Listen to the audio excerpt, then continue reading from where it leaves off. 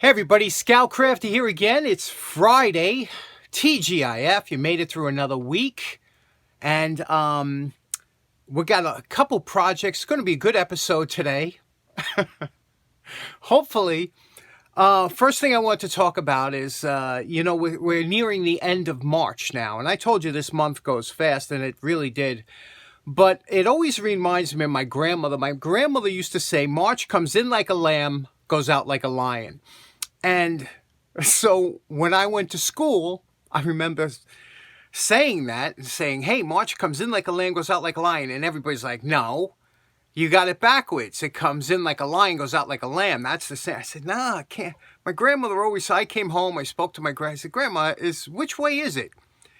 And it turns out my grandmother says, no, March is usually warm in the beginning of the month, but just when you think you're in spring, March is tricky. At the end of the month, it gives you a cold snap.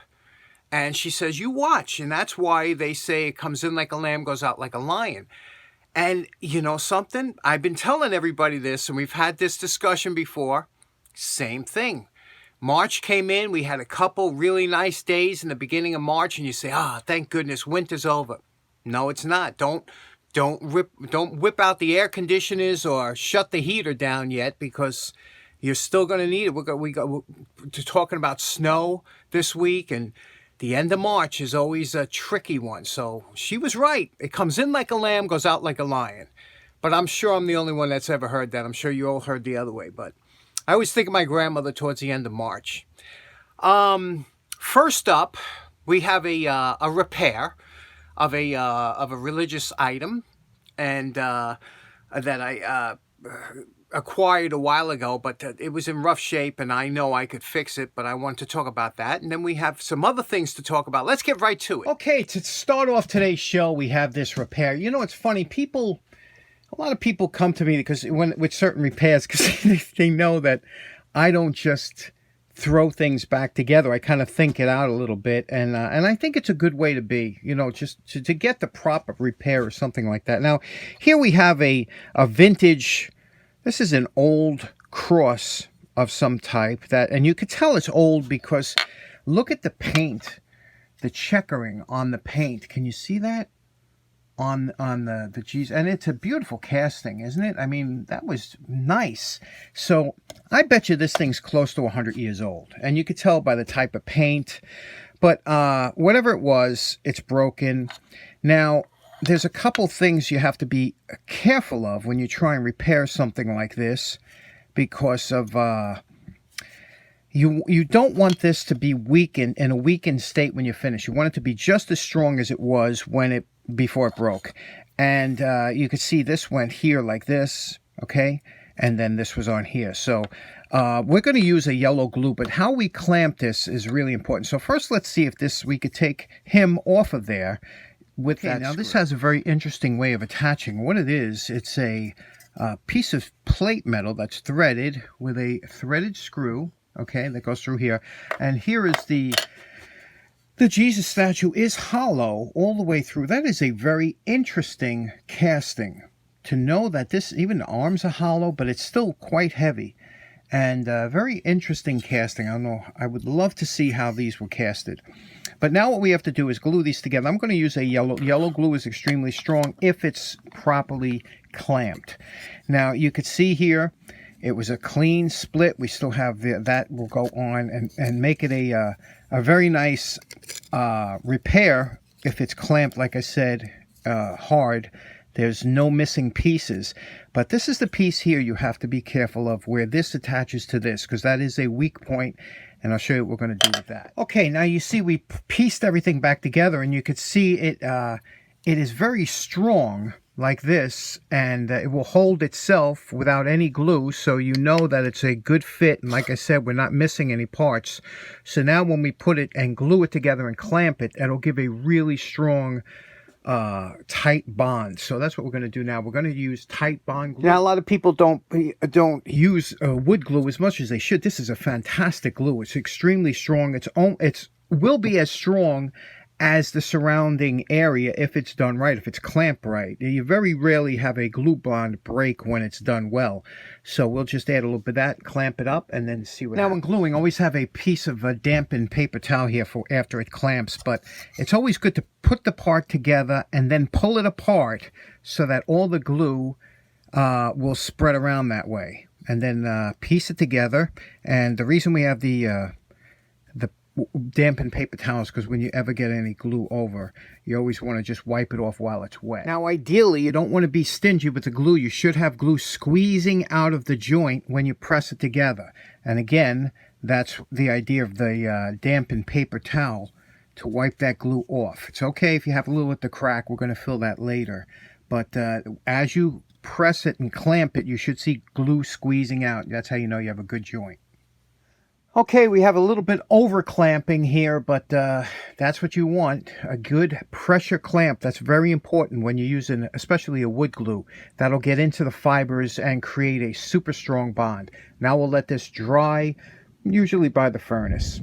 Okay, next up, I gave Jesus a little bath there with some Comet, you know, just to get some of that dust and grime off of all the years. But I'm going to leave it original, and while he's drying and while the glue is drying, let's get to this project here. We have a, remember we did that breaker bar that a lot of people loved, and you know something, the blue went over terrific. Everybody liked the blue, but I still have green and orange that I wanted to try out. Hey, you want to see something interesting? Watch this. Keep an eye on the wrench. Okay, let's take a look what we got. We got a 5249 Plomb pebble finish that is in beautiful shape. It looks like, you know, just a little dirt and stuff. So let's take this apart. What do you say we give it the treatment? This should be a fun little project. Let's do that. Look, I still got Comet on me. Okay, no surprises here. If ever you want to see how to take apart a ratchet or any ratchet you're thinking of, visit my buddy Snap Ring Chronicles. That guy does every single ratchet you can imagine. Really helps you out. But this here, really nothing really to see here. It's just greasy, which is good because you'd rather see it greasy than dry. So let's clean it up and get to work. Okay, we have this is our cleanup. Now, all we did was hit it with the 50-50 and a bunch of Q-tips and paper towel and everything. Get all the grease out of there. Everything is clean now. And now it's ready to hit with the wire brush, and then eventually what you want to do. Now, for most of you, this ratchet is in perfect condition that you could just lubricate and put back together. But, you know, for the channel here, we're going to try and take it a step further, because now this has the original chrome or nickel plating. I don't know what they had on here, but it's still a finish. So there's really, you know, this is where you'd want to stop. You don't want to really go into that finish. You could polish it a little bit, but you know, we're going to go a little bit further because it's got some scuffs here on the back here. It's got a little damage back there. You see that damage? And this over here, I thought this at first. I said, oh, tell me this isn't cracked. I thought maybe that somebody glued this back together because of that line that goes across there. I was hoping that was maybe just a tape line. But you see, we got all the grime out of there just using Comet and hand wire brush. And you can see over here, the rest of this is fairly easy to do. Now, this is where it gets a little difficult. One difficult part of this here is because you don't want to, you can pop this off here to select a switch, okay? But that's always a problem because then you got to peen it over again. But if you pop that off there, you can get a much better finish on the top here than if you have this here. You see that's raised up, so you can't really run that across the belt. And we do have some damage on the corner there. So we're going to try and address that. And you can see over here we got a little bit of damage here where it was banged up, you see? So we're going to do that, and so it's looking good so far. Let's get right to that.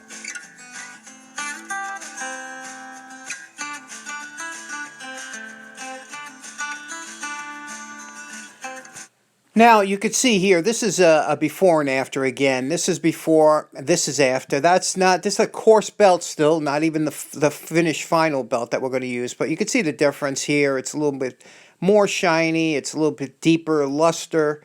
I tend to like it better after.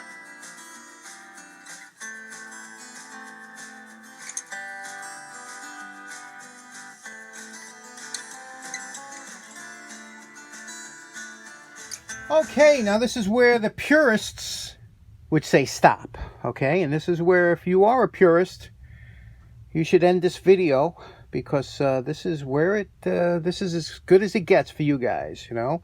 Now, you can see what we did here. We cleaned everything up. Again, it's not finished yet, because now we're going to add some color.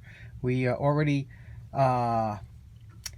already hit it with the Comet. Now, the last one I did red and blue. This one I want to do green and orange.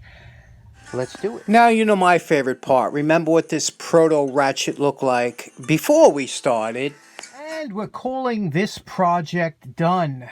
Went with the green over here to see what that would be like. Green on this side. Okay, you see that? That's the green.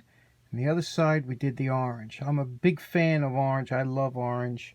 You can see over here the orange, the green, the blue, blue and the orange, the Mets, the red, the green, Christmas. I love putting color in here. I just think it looks so nice. And you can always take it out and change it to whatever you want. Let's take a look at what we did here. Everything is nicely polished out now. Just nice, a nice finish on here all the way around. Got rid of that little, I don't know where that edge damage was there. There was some that's gone. Did the back up real nice. No more edge damage here. Just a lovely little ratchet and smooth as can be. Never really liked these selector switches on these type, but it works really good. It's like a proto, like a Plomb design. No, proto. Like a proto design, I think these were. But anyway, there we go. And fun little project. Okay, the cross is finished now. Mounted again. You don't see the break anywhere.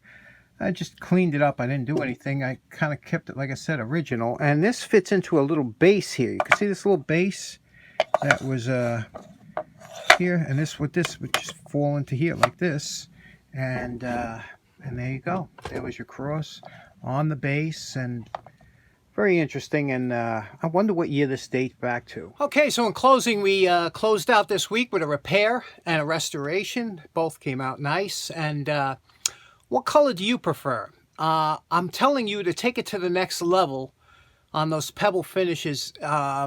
If there was a way to float some clear into that, you know, after you have the color, like a clear epoxy, something that would just throw it over the top. Now, I have to find an epoxy or a clear that will not disrupt the color underneath, because that's that Tamiya paint, I don't know how it, so I would have to do some tests. But if I could put a clear coat over, boy, that would I mean, I could spray a clear coat, but I would want something pretty deep to really make it pop. I'm going to try and experiment with that. But anyway, thanks so much for tuning in. Hope you have a great weekend.